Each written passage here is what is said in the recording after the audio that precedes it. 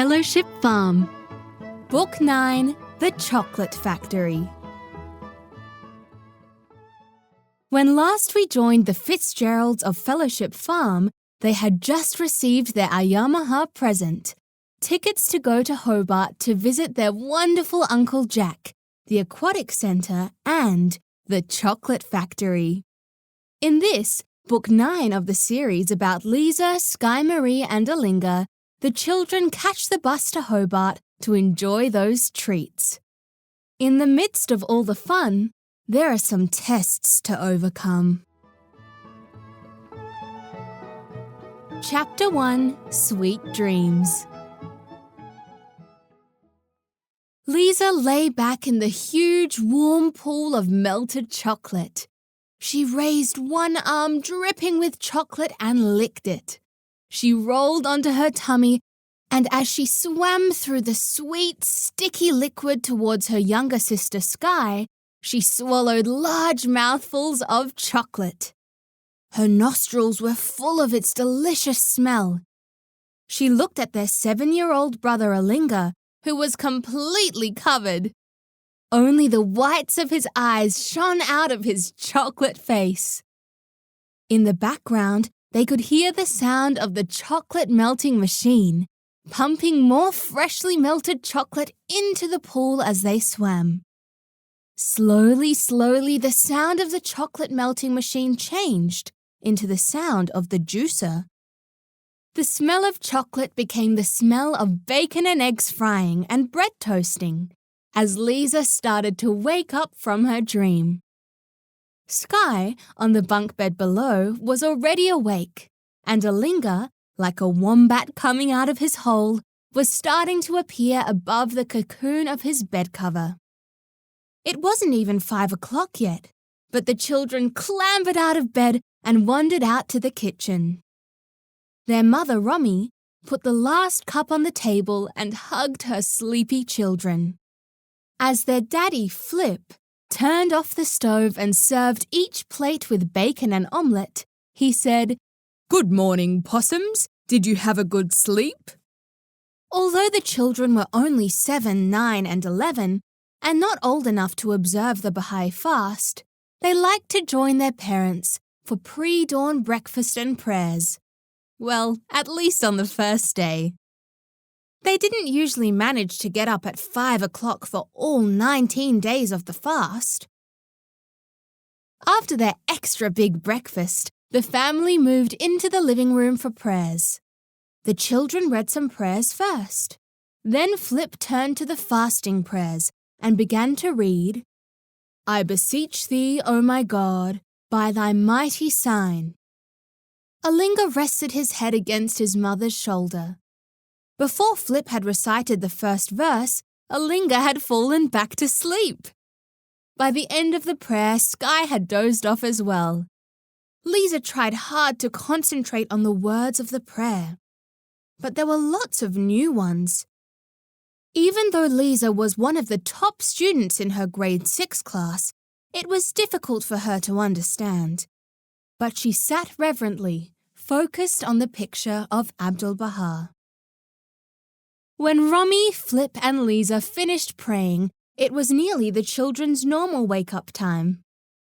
As they had prayed and eaten already, Romy and Flip left Skye and Olingah dozing on the couch for another half an hour. Flip pulled on his overalls covered in patches and went off to start his day on the farm. Romy began her day by tackling the laundry oozing out of the hamper onto the bathroom floor. If she had time, she would join Flip on the farm later in the morning, and after lunch, she would go into Kellyton where she worked as a vet. Leezah helped her mother sort the laundry into lights and darks. "4 more sleeps," said Leezah, smiling. On the last day of Ayyám-i-Há, the Fitzgerald children had received a wonderful gift. It was a letter from their favourite uncle, Uncle Jack. He had invited them to go visit him in Hobart and had sent them tickets for the bus, tickets to go to the KAD Chocolate Factory on Saturday, and tickets to go to the Sarah King Aquatic Centre on Sunday. The children were thrilled. Actually, the tickets for the bus were just pretend tickets that Uncle Jack had drawn himself. Romy would need to buy them at the Kellyton newsagent, but the other tickets were real.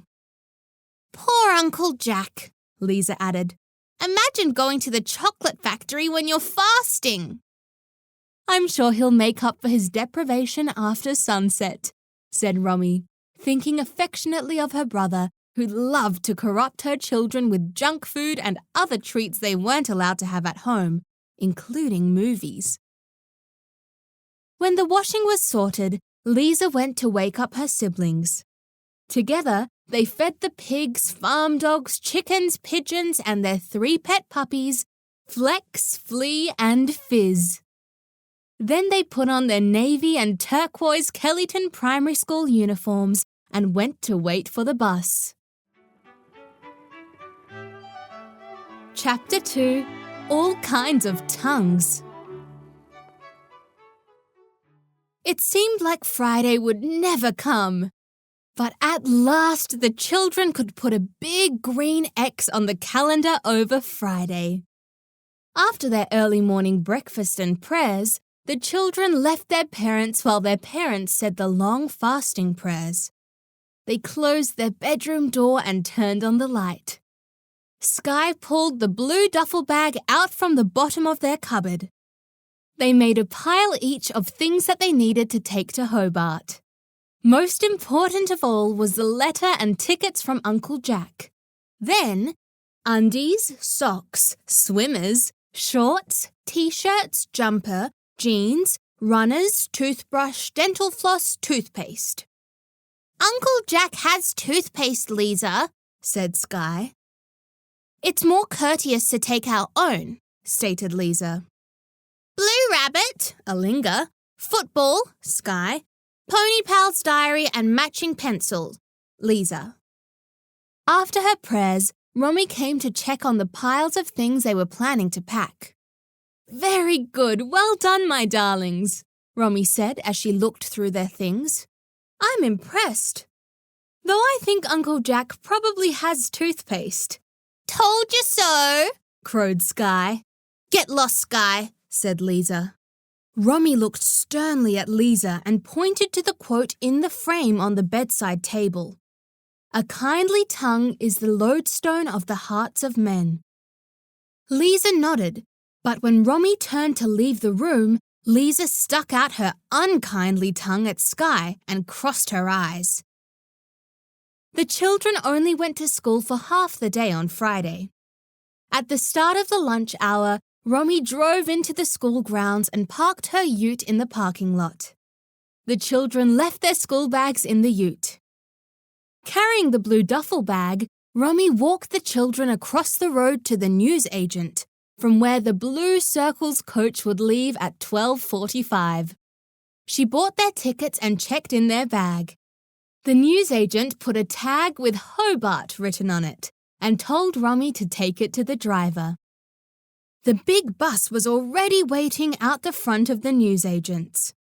The driver opened the big silver door underneath and pushed their bag to the back of the luggage compartment. That's the lot then? She asked as she took their tickets. Yes, just one bag, said Romy. The children gave their mother big squeezes and kisses. Have a wonderful weekend, she said. After one last hug, they said goodbye and climbed up the silver steps of the bus. The children found 3 seats in one row near the middle of the bus. Olingah sat by the window with Leezah next to him. Skye sat by herself across the aisle, but she was still very close. Olingah and Leezah waved out the tinted window to Romy as the bus driver started the engine, shut the door and pulled out onto the road. The bus turned in a big circle and headed out of Kellyton. There weren't many people on the bus, but more would get on at towns along the way. The driver turned on the radio and the children settled back in their seats to enjoy the ride. They decided to play car cricket. It was too hard with Skye at one window and Leezah and Olingah at the other, So Skye came and squished in with her siblings. "Do you remember the rules, Ollie?" she asked. Skye explained. "You can be the first batter, Ollie. So for every white car that goes past, you get 1 run, 1 point. For every bus, you get 4 runs. And for every truck, you get 6. If a red car goes past, you're out and it's Leezah's turn to bat." Olingah remembered and he nodded vigorously. They all looked intently out the window. 3 motorbikes went roaring past in a row, then a white car. "1 run!" cried Olingah. A big truck pulling a load of huge logs went past. 6! Olingah's turn lasted for a couple more kilometres before a red car whizzed past. "How's that?" cried Skye. "You're out, Ollie.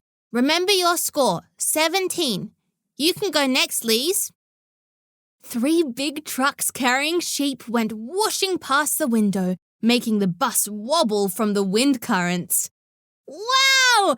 18!" said Leezah.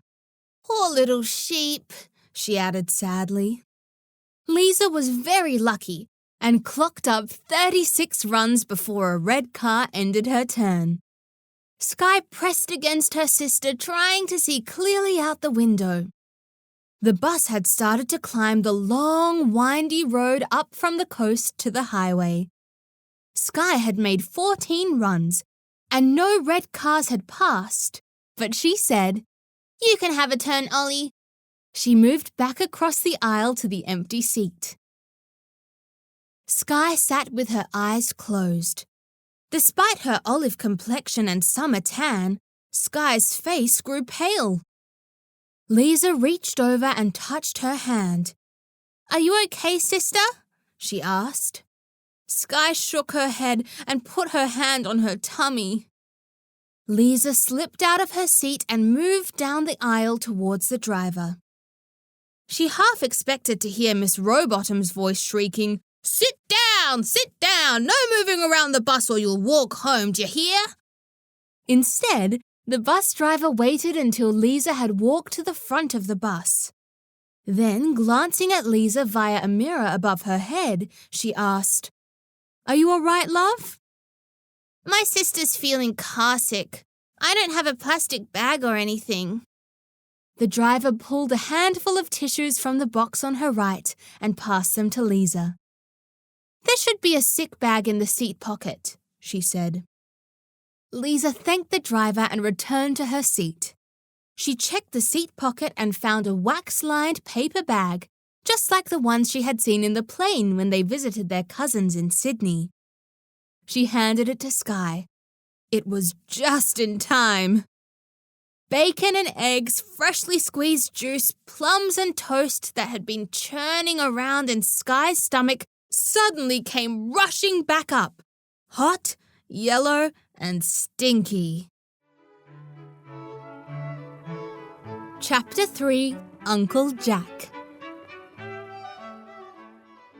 After she had been sick, Skye felt better. She also felt weak and weary. Leezah moved over to sit next to her so that Skye could rest her head on Leezah's lap. Skye curled her feet up onto the seat by the window. After a few minutes, the motion of the bus lulled her into a peaceful sleep. "You should have a snooze too, Ollie," said Leezah, but she didn't need to suggest it. Olingah was already curling up on the double seat and closing his eyes. The bus came to the end of the coastal road and pulled out onto the highway. It picked up speed and Leezah watched the sun-scorched fields and bushland whiz by on either side of the road. Just as the bus was drawing close to Hobart, the car in front suddenly slowed down. The bus driver slammed her foot on the brake in order to avoid running into the back of it. The passengers on the bus were jolted forward in their seats. Olingah and Skye woke up suddenly to find themselves bruised and dusty on the floor. Skye had banged her head against the seat in front as she was thrown to the ground. Olingah wasn't really hurt, but he was shocked. Tears started to run down their cheeks as they climbed back up onto their seats. Leezah helped them brush the dust off their clothes and hands. She checked Skye's bump. There was no blood. Leezah tried to cheer them up. She pointed out the window. "Look, we're coming into Hobart now." A few minutes later, the bus pulled into the big terminal. It was much, much fancier than Kellyton's little stop out the front of the newsagent. There were big sheds full of buses and parking bays for the buses arriving and departing. There was a large building with glass walls, with seats and vending machines and toilets. As their bus pulled into Bay 9, Uncle Jack strolled out of the glass-walled passenger lounge and over to the bay. The children saw him out the window, but the tint on the glass made it hard for Uncle Jack to see them. Leezah, Skye and Olingah waited impatiently while the other passengers stood in the aisles to get their bags from the racks above their seats and then slowly disembarked. Uncle Jack was waiting at the door of the bus. As soon as Olingah reached the bottom step, Uncle Jack grabbed him with one of his big, strong arms and lifted him off his feet. As Skye stepped down, he lifted Skye with the other arm. Leezah was not to be spared the Uncle Jack squeeze, so Olingah was placed gently on his feet. "How are my girls?" asked Uncle Jack in a loud voice, squeezing them until they could hardly breathe, before lowering them to the ground. "And my good man," he added, tussling Olingah's fine brown hair. "Good?" The children grinned at their uncle. While they waited with the other passengers to collect their bags from under the bus, Skye told her uncle about being sick. Olingah told him about waking up under the seat in front of him. Uncle Jack laughed loudly. His laughter was never unkind. It made the children see the funny side of the story too. "Any good china in here?" he asked before throwing the bag into the back of his old truck. Uncle Jack said his truck was like him. The outside was falling apart, but the inside was well maintained and going strong. The children loved the different colors of their Uncle Jack's truck and the upside-down coat hanger that he used as a radio aerial. As they climbed in, the hairy blankets covering the seats slipped, revealing the foam from the seats poking through the holes in the old upholstery. But when Uncle Jack turned the key, the engine started immediately, and the truck was 100% reliable. Uncle Jack gripped the steering wheel with a strong hand. He turned to look behind him as he reversed out of the parking lot. His overgrown greying mop of hair flopped onto his forehead. Together with his bushy beard, it seemed Uncle Jack's face was almost completely covered with hair. Pulling into the road, he boomed, "Who wants pizza?" "Me!" The children were very hungry, especially Skye. The Fitzgerald family hardly ever had takeaway or meals out. It was one of the fun things about visiting Uncle Jack. As they drove to Uncle Jack's favourite pizza restaurant, Leezah said, "Mummy and Daddy send you their love." "Their love, eh? I was hoping for their money," joked Uncle Jack, looking disappointed. In fact, Uncle Jack had plenty of money, which he earned through his job as a professor at the university. He taught peace building and conflict resolution. When he talked to the children about his work, he said that he and Red Grammar do the same thing. They both try to teach people to use a word. "But Red Grammar has more fun," he always lamented. In the parking lot of Maria's, the family climbed out of the truck. Uncle Jack tucked his red checkered flannelette shirt into his old worn jeans and straightened an imaginary tie.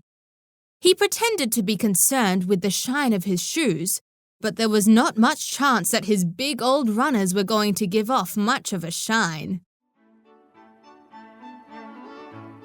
Chapter 4, Pizzas and Ice Cream. They went inside. The air was full of the delicious smell of pizza dough, vegetables, salami, and melting cheese. They found a table by the window and sat down. The waiter brought the menu. Everything on the menu looked good. Uncle Jack encouraged them to order more than they could eat, so that they could take the leftovers home. Otherwise, Ollie will have to cook for us tomorrow. Olingah ordered a Hawaiian pizza with pineapple and ham. Skye ordered the seafood pizza with prawns, and Leezah the vegetarian with capsicum and mushroom. Thought Uncle Jack aloud.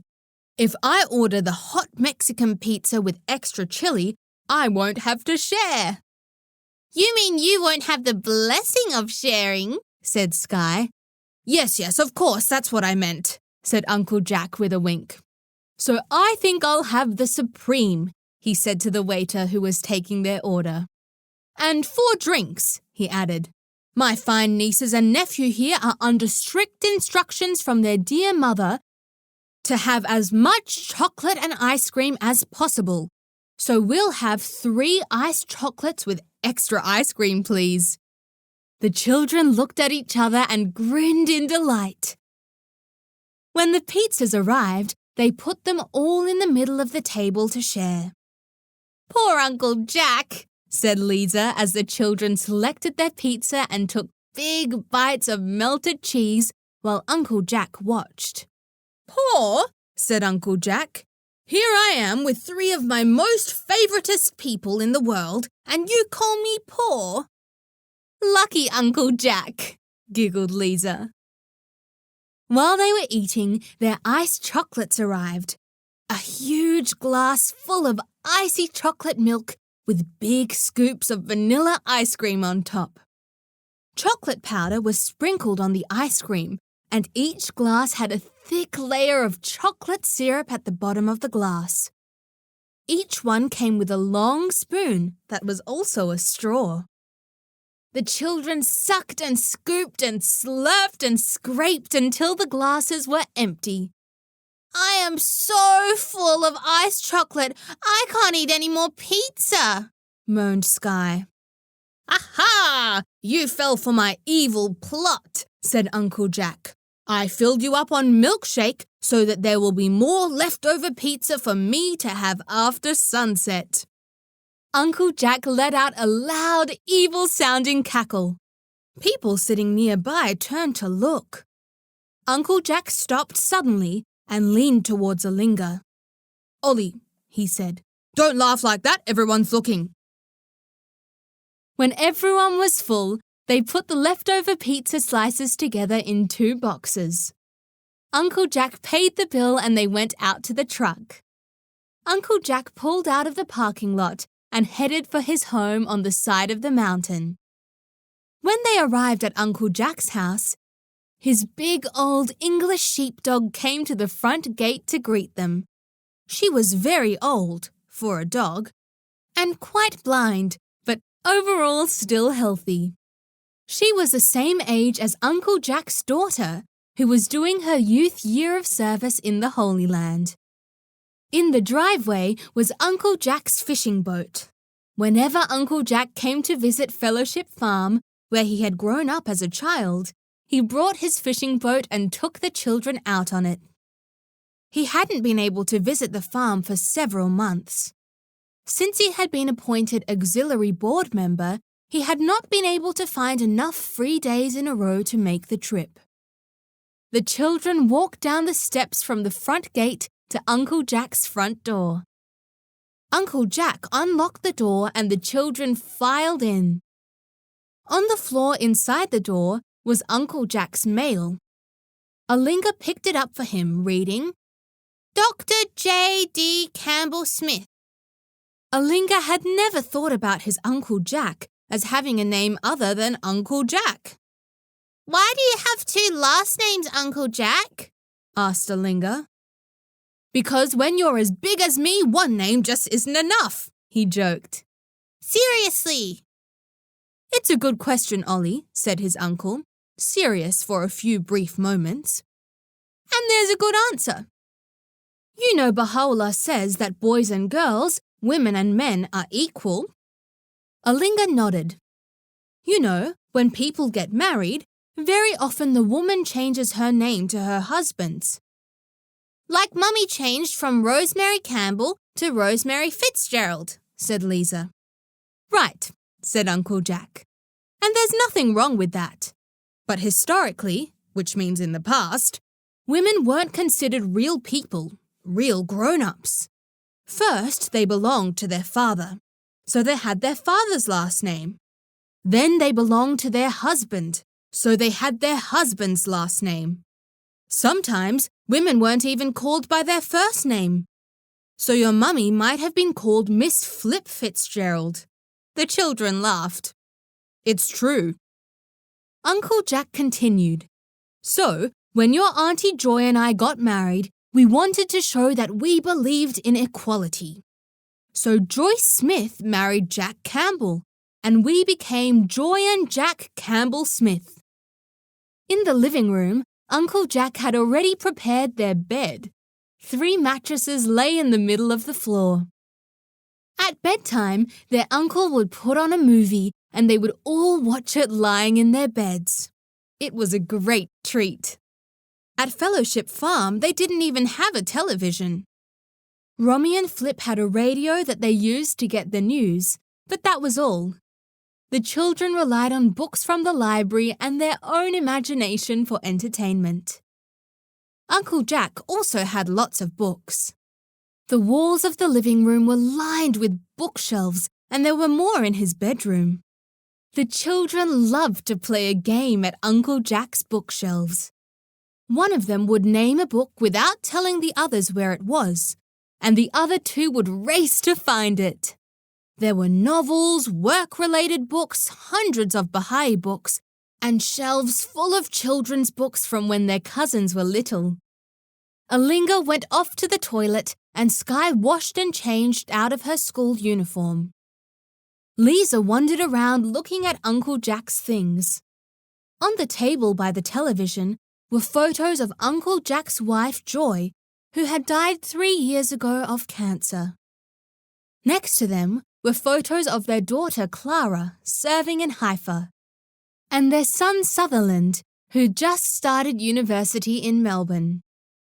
Uncle Jack also had a framed photo of himself with Skye, Olingah and Leezah on the Super Glider Slip and Slider. The photo was more than a year old. Uncle Jack had his big black and green spotted swimmers on and a t-shirt that read, "Whoever dies with the most virtues wins." When Leezah and Olingah had also changed out of their uniforms, Uncle Jack suggested taking Bishop for a walk to the park.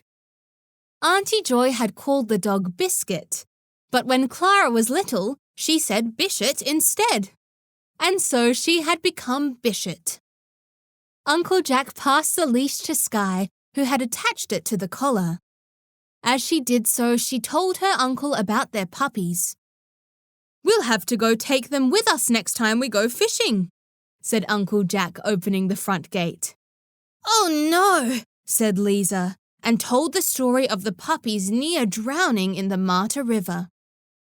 The park near Uncle Jack's house was big and green. There were lots of trails for running and bike riding, and a large play area. The children ran first to the big merry-go-round. But Skye had to get off quickly because she started to feel sick again. There were a couple of other children at the park with their father, but they were much younger. Uncle Jack chatted with the father for a while. Soon, Skye heard the man say, "Baha'i, what's that?" Leezah, Skye and Olingah swung, slid, spun, climbed, dug and chased until they were absolutely worn out. The sun was getting low in the sky and the evening autumn air was cool. Clipping the leash back on Bishop, the children and their uncle walked slowly back up the hill. As they arrived home, the sun sank behind the mountain. The children sat with their uncle for prayers before Uncle Jack broke the fast. While Uncle Jack ate and drank, the children showered and got ready for bed. They had a little bit of fruit and some cold pizza before brushing their teeth. Then Uncle Jack poured himself a cup of tea as big as a bucket and settled into his armchair. The children snuggled down in their beds and the movie began. Soon the children were transported to a world where nannies can do magic and fly with umbrellas, and laughter can make you rise to the ceiling. Chapter 5: Sunrise on Mount Nelson. The next morning, the children woke early to the sound of Uncle Jack reciting prayers in his bedroom. Uncle Jack spoke loudly even when he was talking to God.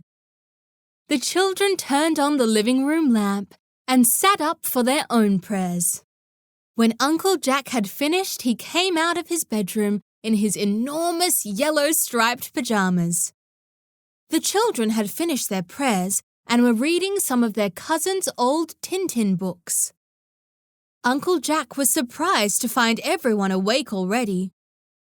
"Good morning," he said. "I suppose my neighbour woke you up at this ungodly hour. I don't know why he has to pray so loudly. Doesn't he know God's closer than his life vein?" Uncle Jack winked. "Anyway, now that we're all up, who's for breakfast?" Uncle Jack was under strict instructions from Romy not to give his nieces and nephew Cocoa Pops for breakfast. Please give them at least one healthy meal per day, Romy had pleaded on the phone the week before. So the children had some fruit and muesli while Uncle Jack made a bucket of coffee for himself. The KAD Chocolate Factory opened each day at 9 a.m. There were still 3 hours till opening time, so they decided to drive up to the top of the mountain for sunrise. The morning was cool, so they put their jeans and jumpers on.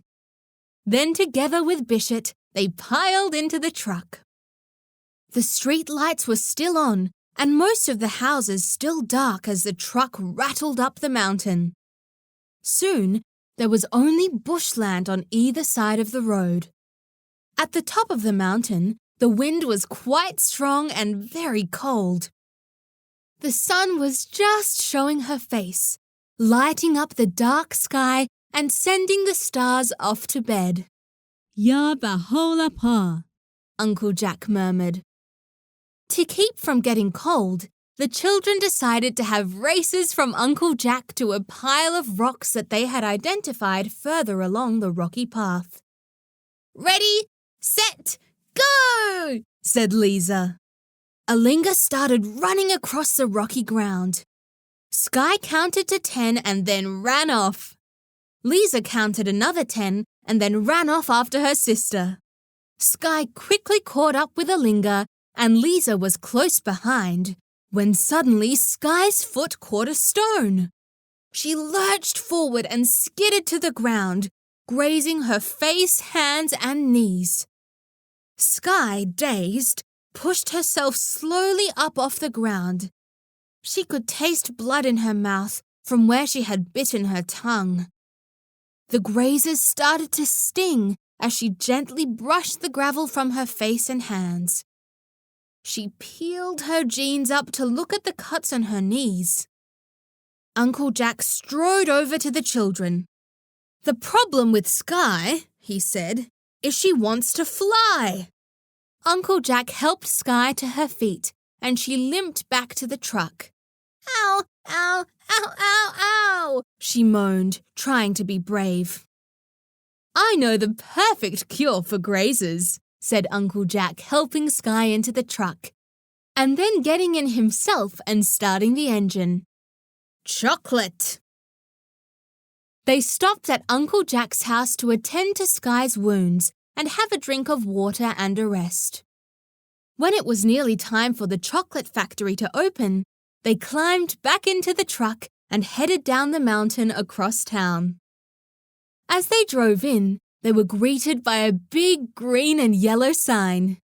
Welcome to the Kintz and Daughters Chocolate Factory. They parked the truck in the big parking lot and went inside. There was a foyer with old photos and information about the history of the chocolate factory around the walls. Off to one side, a shop was opening up, full of the KAD factory chocolate products. The smell of chocolate being made nearby filled the children's nostrils and made their mouths water. Leezah read one of the framed posters on the wall. The Kintz and Daughters Chocolate Factory was started by a German immigrant, Walter Kintz, in 1877. Walter Kintz's husband, a fisherman, was reportedly eaten by a shark off the east coast of Tasmania during a fishing expedition, leaving Walter and her 7 daughters penniless. She turned to the only skill she had, making high-quality, finely decorated chocolates. Her business became very successful and grew to become the now famous Kintz and Daughters Chocolate Factory. The first tour was starting at 9:15 a.m. The other tourers gathered in the foyer reading the posters, making pre-tour purchases from the shop or buying tickets. The children heard a small bell tinkling. They looked over to where a woman was standing in front of 2 big closed doors at the end of the foyer. She was wearing a funny white hat that reminded them of their Granny Bee's shower cap. She had a light blue dress with a frilly white apron and long black lace-up boots. Welcome to the Kintz and Daughters Chocolate Factory, she said in a strong Australian drawl. We're about to begin our tour. Chapter 6, Kintz and Daughters Chocolate Factory. The tour guide led the small group of visitors to a large screen where the children saw a short film about people in different parts of the world harvesting cocoa beans. After the film, they were led along a series of pathways, like long bridges that took them through the various parts of the factory. And as they went, the guide explained the process of turning cocoa beans into chocolate. The sweet smell of melted chocolate filled their nostrils as they watched the workers going about their work and listened to the tour guide tell them about the cleaning, roasting, and milling of beans. She taught them about all the parts of the process leading up to the addition of milk and sugar and the making of chocolate. The children felt they could stand and stare all morning at the huge vats of liquid chocolate. Leezah remembered her dream about swimming in melted chocolate and couldn't resist asking a question. She put up her hand. When the tour guide smiled and nodded at Leezah, she asked, "Has anyone ever swum in the melted chocolate?" Some of the other people in the group chuckled. Uncle Jack stroked his beard and nodded with a very serious face, as if to say it was just the question he was about to ask too. Uncle Jack always said that there is no such thing as a silly question, and encouraged the children to ask all kinds of questions, so they weren't sure if he was playing around or if he really had wondered that himself. But to their surprise, the tour guide answered the question very seriously. She explained that just recently at a chocolate factory in the United States, a man had died in a vat of liquid chocolate. "Couldn't he swim?" asked Skye. "Yes," replied the guide. "He knew how to swim, but that chocolate liquid there is very hot, scalding, and underneath the surface are big metal agitators that stir the chocolate, so it's very dangerous." It didn't seem like such a fun idea after all. And the children were happy to move on to the area where the chocolate was poured by big machines into molds and then sent along the conveyor belt to be cooled. The last part of the tour showed the chocolates, which had been set in the molds, being wrapped in foil and paper and pushed out by the 1,000 onto conveyor belts that took them to be boxed. At the end of the tour, the guide explained that just as the factory had begun many decades ago with hand-making and decorating chocolates, there are craftspeople still who work at the factory hand-decorating some of the chocolates. The children and the rest of the group were shown into a large room. At one end, there were workers busy with their tools finely decorating rows and rows of chocolate by hand. They made flowers and letters and all sorts of decorations onto the chocolates. At the other end of the room were long tables and stools. In the middle of the tables were little hot plates and pans of melted chocolate. The guide said they could now have a turn at making chocolates in the molds and hand-decorating chocolates that had already been made and set. They were directed to a long row of hooks with aprons hanging on them. Then they were each given a kind of purple shower cap, into which they had to tuck all their hair. Ollie looked at Skye and started to giggle. Skye looked at Ollie and started to giggle. Soon the children were laughing so hard they had trouble walking over to the table where Leezah was already sitting on a stool and choosing the mold and the nuts she wanted to use to make her chocolates. For an hour, the children poured spoonfuls of melted chocolate into the molds, filled with nuts and dry fruit they had chosen to add to their chocolates, and then hand-decorated the other chocolates while the ones in the molds set in the cooler. Ollie's shower cap was really too big for his little head, so he kept pushing it up off his forehead. Unfortunately, his fingers were covered in chocolate, so by the end of the hour, his entire face was covered in streaks of chocolate. His mouth looked like it might have come into contact with some too. When it was time to leave, the tour guide gave each participant a special box marked with the logo of KAD Chocolate Factory. The box had some complimentary chocolates inside, and the children added the chocolates they had made and decorated. They left the factory to go back to Uncle Jack's with their boxes of chocolates, feeling happy, if rather sticky, with slight tummy aches, and rather sick of the smell and taste of chocolate. Chapter 7: A Devotional Meeting and New Friends. Despite the fact that Uncle Jack lived by himself now that his children were away, his house was rarely empty of people. Uncle Jack had a constant flow of visitors to stay and meetings almost every night of the week. Every Saturday night, Uncle Jack hosted a devotional meeting. He tried to make each one really interesting and inspiring. He had chosen the theme of sacrifice for this week's meeting. Uncle Jack's friend Mira had painted some beautiful cards. Each one showed one of the phases of an acorn turning into a big oak tree.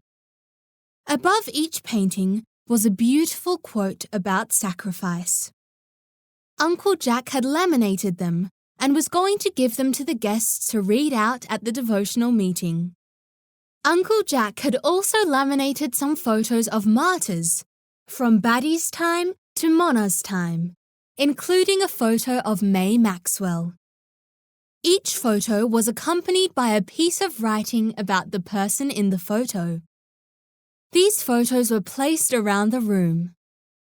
The children also helped their uncle gather some flowers from the back garden. There weren't many to choose from now that autumn had arrived, but there was still enough to add a splash of colour to Uncle Jack's living room. Before the guests arrived, the children and their uncle showered and dressed. The children were surprised to see Uncle Jack looking so smart. Usually they spent time with him on the farm, where he always wore his daggy old jeans and flannelette shirt. Tonight, he was wearing a navy blue shirt with a navy blue sleeveless vest over the top and some black corduroy trousers. His clean hair was brushed and parted.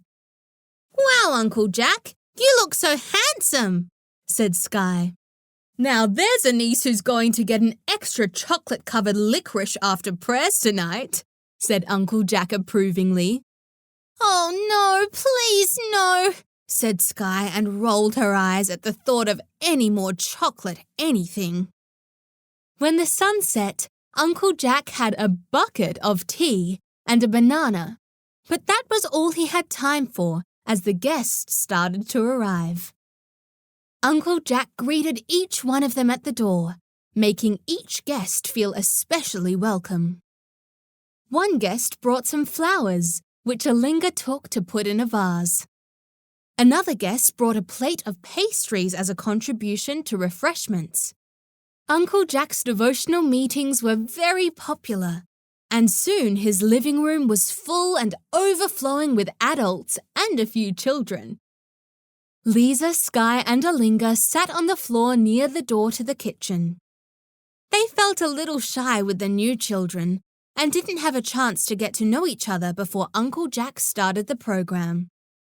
"Welcome, dear friends," he said, and his whole face was lit by a warm and loving smile. "It is wonderful, wonderful to see you all." Uncle Jack gave a special welcome to his nieces and nephew and to a man that had come for the first time that evening. Many of the guests had been coming to Uncle Jack's devotional meetings for several months, and some of them knew each other well. There were a couple of Baha'is among the guests. Uncle Jack had asked one of the children in his community to prepare a little talk on sacrifice. She was a little nervous, but read the talk she had prepared slowly and clearly, before plopping back down onto the beanbag next to her brother. Uncle Jack mentioned the photos around the room and invited the guests to have a look at them during refreshments. Then he asked everyone to turn towards the television set. Uncle Jack pressed some buttons and the screen lit up. Everyone sat spellbound for 20 minutes as they watched the video about Mona, the 16-year-old martyr from Iran. The Fitzgerald children had seen it before, but they wept, along with the other guests, as they heard again about Mona's great courage and steadfastness. Skye wondered if she would have the strength to die for Baha'u'llah.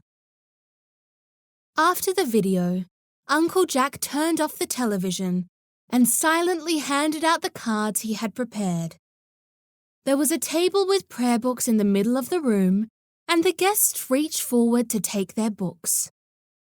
Some of them had brought their own books with them, with writings from various faiths. One woman had brought a big book of poems. The guests read, recited, and sang prayers and writings and poems. There was not a single person who had not been touched by the story of Mona, and the prayers seemed particularly heartfelt that evening. After prayers, the children helped their uncle serve tea, coffee, milk, and juice to the guests, along with chocolates, pastries, and fruit. When everyone was eating and drinking and chatting, Leezah, Skye, and Olingah walked over to where the other children were sitting with their parents. Soon, with the permission from Uncle Jack and the children's parents, they left the crowded living room and walked carefully down the steps to Uncle Jack's backyard to play Rocco. A big light at the top of the steps lit up the yard. The children chose a patch of cement near Uncle Jack's washing line and found a good rock.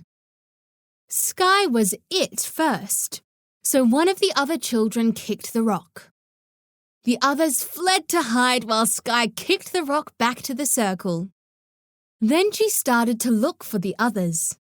Skye edged away from the rock and caught a glimpse of a leg sticking out behind a tree. She ran back to the rock and put her foot on it. "Rocco Ollie behind the tree!" she yelled, and Olingah came out of his hiding spot. One of the guests was next to be caught. "Rocco Caitlin behind the bush!" Skye called. Skye edged down the path trying to catch sight of the others. Suddenly, Leezah ran from behind the garbage bin. She beat Skye to the rock and kicked it, setting all the captives free. The captives ran to hide again, and Skye kicked the rock back to the circle. After a while, Uncle Jack appeared at the top of the steps, and the children abandoned their game and climbed back upstairs. The guests were starting to leave. Uncle Jack said goodbye to each of them at the door and walked one elderly gentleman up the steep path to the gate. The children said goodbye to their new friends and invited them to come visit Fellowship Farm. The living room was full of dirty plates and cups. "Oh, just leave it for the servants," said Uncle Jack, as the children started to take them out to the kitchen. "Oh, wait, I don't have any servants," he added, putting cups on a tray. Chapter 8, Aquatic Centre. The next morning, after pre-dawn prayers and breakfast, Uncle Jack told the children that he was going to sleep some more. The children settled down on their mattresses on the living room floor to read some more of the Tintin books and also sleep a little. The sun rose slowly, and soon the living room was flooded with early morning light. The children went down to the garden to play Rocco, but it wasn't much fun with just 3 of them, and it was a bit cold. Back in the living room, they decided to play the Find a Book game. Leezah went first. "The Child of the Covenant," she said. Olingah and Skye knew it would be in the Baha'i book section because of the word covenant, so they ignored the children's books and Uncle Jack's workbooks. They moved up and down the rows, racing to be the first one to spot it. "Found it!" said Skye in a triumphant whisper, pointing to a fat book on the 3rd shelf. So she went next. The children played happily for more than an hour. Then they heard a creak as Uncle Jack pushed himself out of bed. He crossed the hall and into the bathroom. The sound of water pouring out of the shower followed soon after. When Uncle Jack appeared from his bedroom a few minutes later, he was still pink in the face from the heat of the shower, but he looked refreshed. "Thank you for that," he said, referring to the chance to sleep. "It was just what the doctor ordered. Now, I know none of you landlubbers would be interested, but I thought I might take myself off to the Sarah King Uncle Jack didn't have a chance to finish before he was almost deafened by loud cheers. The children hurried into their cousin's room to change into their swimmers and emerged a few minutes later fully dressed again. "Grab a towel each from the linen cupboard there," said Uncle Jack. The children took a beach towel each from the bottom of the cupboard and threw it over their shoulders. "Rightio then, let's go," said Uncle Jack, carrying an enormous bag out of the truck. "What's in the bag?" asked Olingah as the truck drove down the mountain. "Supplies, of course," said Uncle Jack. "What kind of supplies?" asked Skye, starting to giggle. "What kind of supplies?" asked Uncle Jack. "What kind of supplies? What do you usually take when you go swimming?" After a brief pause, Leezah said, "We usually don't take any supplies, just our swimmers." "Just swimmers?" said Uncle Jack, raising his bushy eyebrows incredulously. "You poor deprived children," he muttered, shaking his head. When they arrived at the aquatic centre, the smell of chlorine reached them before they even went through the sliding glass door. Inside the centre, the air was warm and damp. It brought back memories of swimming at the centre last time they had visited Uncle Jack, and of other times and places when they had swum in indoor pools. The children handed their tickets to a young man at the front desk, and Uncle Jack bought himself an adult day pass and a locker key. They pushed their way through the rotating metal barrier. The sounds of children playing in the water echoed off the high walls and the ceiling of the aquatic center, although it was still early and there weren't yet many children. "What's the number, Uncle Jack?" asked Olingah. "Number 79, said Uncle Jack. "Just my age." They found locker 79 just outside the change rooms. All four of them took off their clothes. Uncle Jack took off his watch and they pushed everything, including their shoes, into the locker.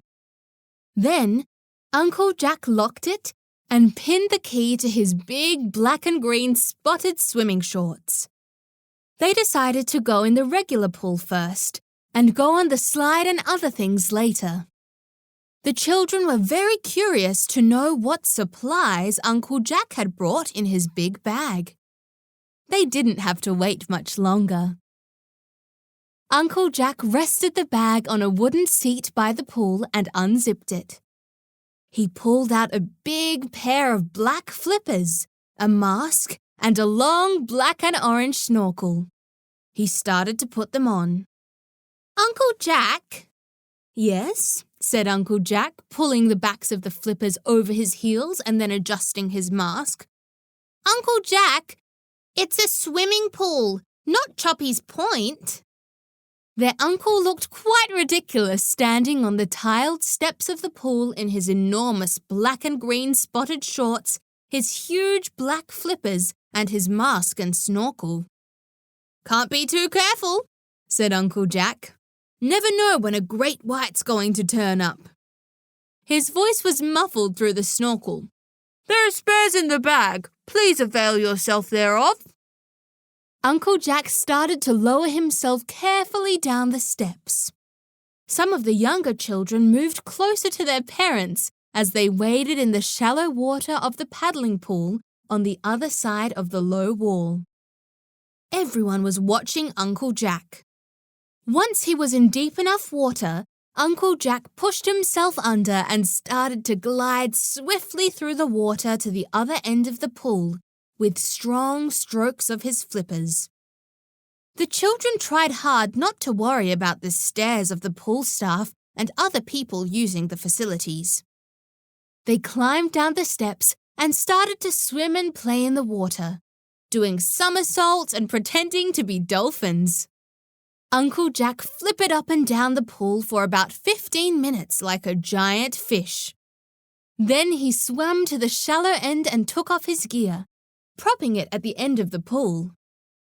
He swam over to join his nieces and nephew. The children clung to his arms and back.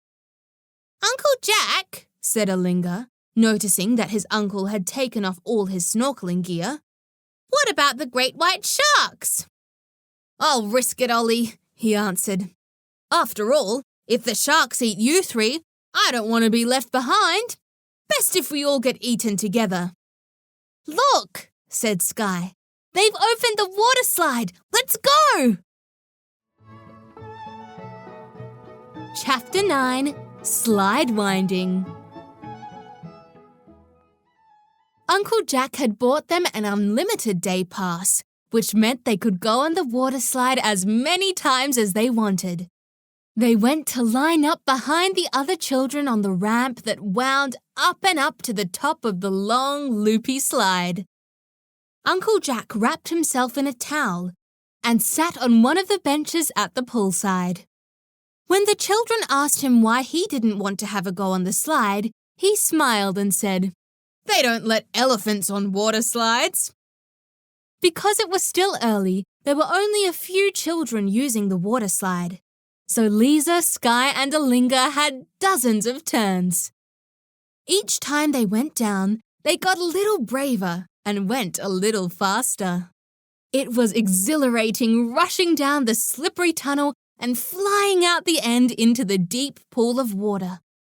But it was also scary when they picked up too much speed. By the time they had finished sliding, Uncle Jack had changed back into his clothes. He had wrapped his towel around his head like a giant rainbow-coloured turban and was reading his book. The children came dripping along the path from the water slide. "Is it time to go, Uncle?" they asked. "Go?" he said. "We've just arrived. No. I won't swim anymore, but I have plenty to do. You take as long as you want. Just make sure you follow Uncle Jack's 2 rules for successful trips to aquatic centres." The children wondered what his 2 rules were. "Have fun and don't drown." The children left their uncle to his book and, being careful not to slip, hurried over to the river pool. The pool was shaped like a long river that wound in and out, going round an island in the middle. The water was pushed along by jets in the walls so the children could float along the current or struggle against it going the opposite way. They played there for a long time, chasing each other and sending secret messages, plastic pool toys, to each other on the current. Leezah's tummy was just starting to rumble when Uncle Jack, minus the turban, appeared at the edge of the river pool. "Anyone hungry?" he asked. They all were. They clambered out of the river pool and swished through the wading pool to their towels. The aquatic centre was starting to fill up with people. The children were careful not to spray or scare any of the toddlers splashing around in the shallow water as they walked through. Uncle Jack led them to a large cafeteria on the other side of the centre. Olingah ordered a meat pie with sauce and chips. It was something he was never allowed to have with Romy and Flip, even when they got takeaway. "Wicked evil junk," Romy called it. Leezah had a pasty and chips, and Skye had an egg and bacon pie with chips. They all had milkshakes to drink. While they waited for their food to be served, the smells of food cooking wafted from the kitchen and made their tummies rumble and their mouths water. Soon the steaming food arrived. They squirted sauce on their chips to try to cool them down, but they were still very hot. Skye was too impatient to wait. She picked up a chip, burning her fingertips, and dropped it in her mouth. Her tongue burnt and her eyes watered. She pushed it onto her teeth and tried to cool it a bit before swallowing. "Oh, ow!" said Skye, holding her throat. "I've got 3 words for you, Skye," said Uncle Jack. She looked at him, her eyes still smarting. "Patience." "I know," said Skye. "But Uncle Jack, that's not 3 words, it's just 1, said Olingah. "It's a joke, Ollie," said Leezah. Olingah didn't really get it. He decided to focus on chopping up his meat pie to let it cool. "You know, there are 3 types of people in the world, Leezah," said Uncle Jack. Said Leezah, nibbling at the pastry on the end of her pasty. "People who can count and people who can't," said Uncle Jack. Leezah looked up at her uncle, puzzled. "But that's only 2 types of people," she said. "Guess which type I belong to," said her uncle. When the food had cooled, the children ate it hungrily, leaving not 1 crumb. "I see you weren't that hungry," said Uncle Jack, as they left the table to go back to the pool. The children knew they shouldn't go into the deep water straight after eating, so they decided to play in the spa for a while. There were actually 2 spas.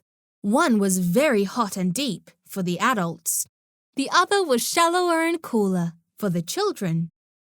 Water jetted out of the holes in the side of the spas. The children pressed their hands and feet against the powerful currents, and then turned to let them massage their backs.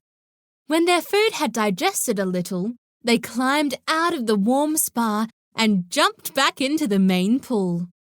The water felt cold after the spa, and it made their skin tingle. The children played in the pool, having swimming races and practicing their diving until it was past 2 o'clock. Uncle Jack had been keeping one eye on his book and one eye on the children. When he realized what the time was, he got up and walked over to the end of the pool. The children saw him and swam over.